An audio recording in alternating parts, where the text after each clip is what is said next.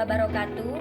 Perkenalkan, saya Amalia Ayuding Tias dengan nomor NIM 858991787, Prodi PGSD dari UPBJJ UT Jember.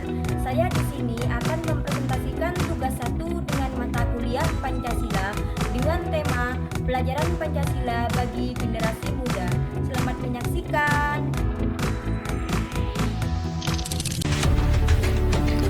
Proses lahirnya Pancasila melibatkan beberapa tahap penting, mulai dari sidang BPUPKI, perumusan Piagam Jakarta, hingga pembentukan PPKI. Pada tanggal 29 April 1945, Jepang membentuk Badan Penyelidik Usaha-Usaha Persiapan Kemerdekaan Indonesia atau disebut dengan BPUPKI, yang bertugas menyiapkan kemerdekaan Indonesia, termasuk menetapkan dasar-dasar negara. Sidang resmi pertama BPUPKI diadakan dari tanggal 29 Mei sampai 1 Juni 1945. Saat itu, beberapa tokoh seperti Muhammad Yamin, Supomo, dan Soekarno mengemukakan usulan dasar negara.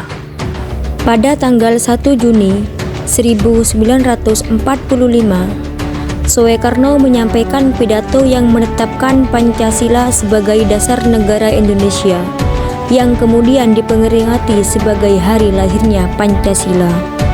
Setelah itu, pada tanggal 22 Juni 1945, Panitia 9 yang terdiri dari 9 anggota BPUPKI menetapkan naskah yang dikenal sebagai Piagam Jakarta.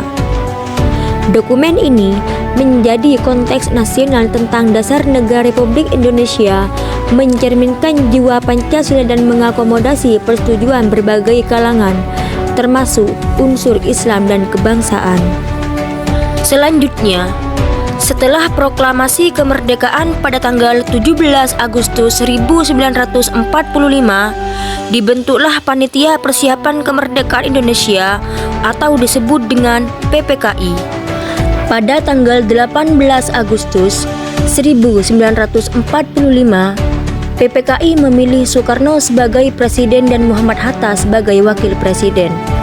Dan PPKI mengesahkan UUD 1945, di mana Pancasila menjadi dasar negara yang resmi.